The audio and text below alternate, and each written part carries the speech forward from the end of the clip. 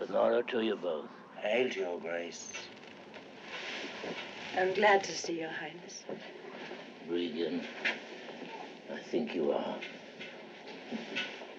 I have good reason to think so.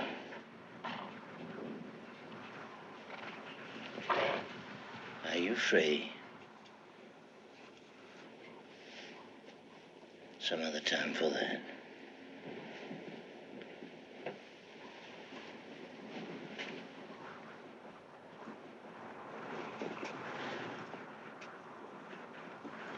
Beloved Regan, thy sister is naught.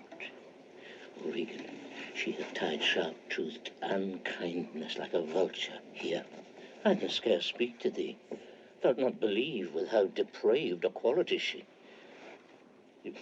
O Regan. I cannot think my sister in the least would fail her obligation.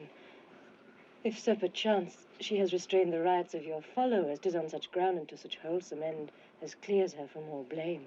My curses on her. Sir, you are old. Nature in you stands on the very verge of his confine.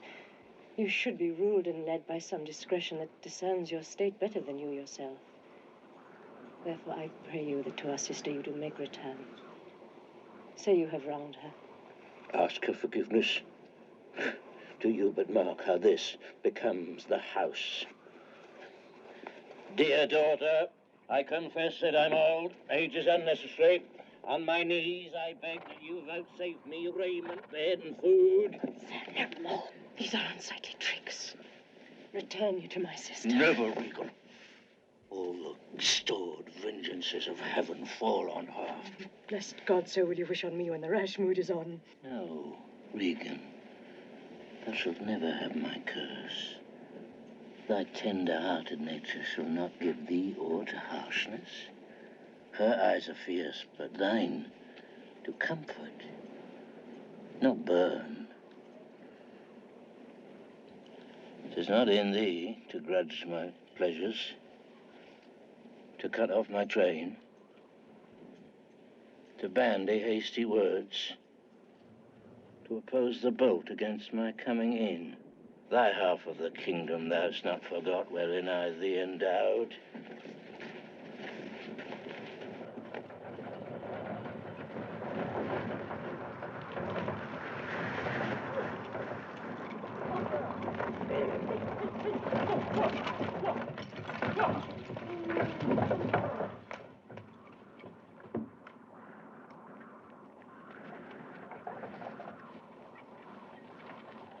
Oh, heavens, if you do love old men, if your sweet sway allow obedience, if you yourselves are old, make it your cause, send down and take my part. Art not ashamed to look upon this beard?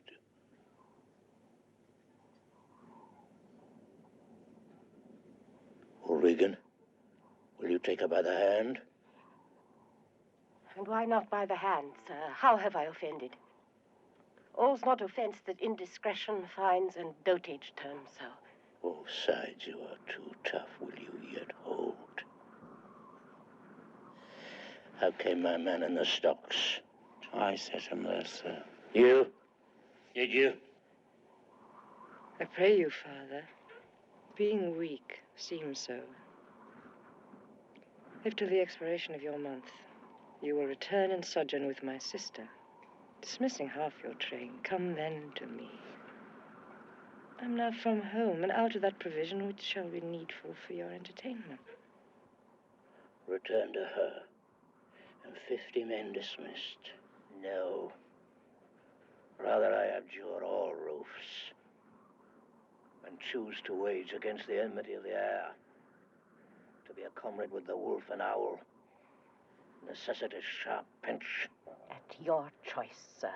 I prithee, daughter, do not make me mad.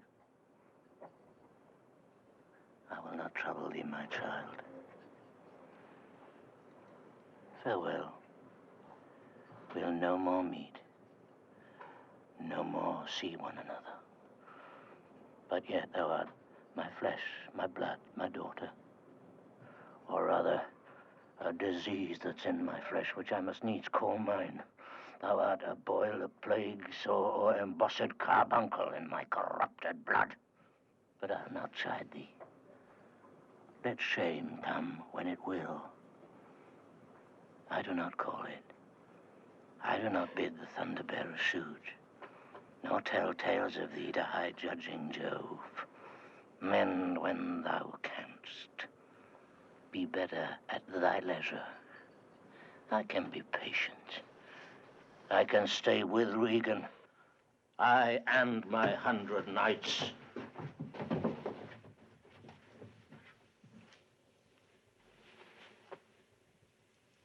Why might not you, my lord, receive attendance from those that she calls servants, or from mine?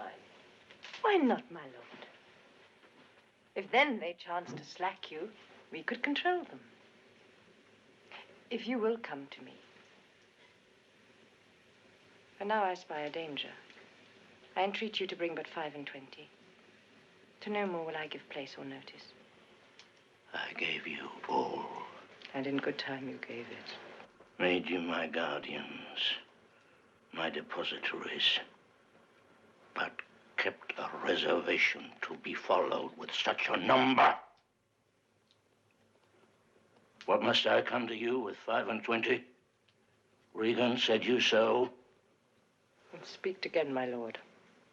No more with me. Those wicked creatures yet do look well favored, when others are more wicked. Not being the worst stands in some rank of praise. I'll go with thee. Thy 50 yet doth double 5 and 20, and thou art twice her love. Hear me, my lord. What need you 5 and 20, 10 or 5, to follow in a house where twice so many have a command to tend you? What need one? Oh, reason not the need! Our basest beggars are in the poorest things superfluous. Allow not nature more than nature needs. Man's life's as cheap as beasts. Thou art a lady, if only to go warm or gorgeous, when nature needs not what thou gorgeous wearest, which scarcely keeps thee warm. But for true need, oh, heavens, give me patience.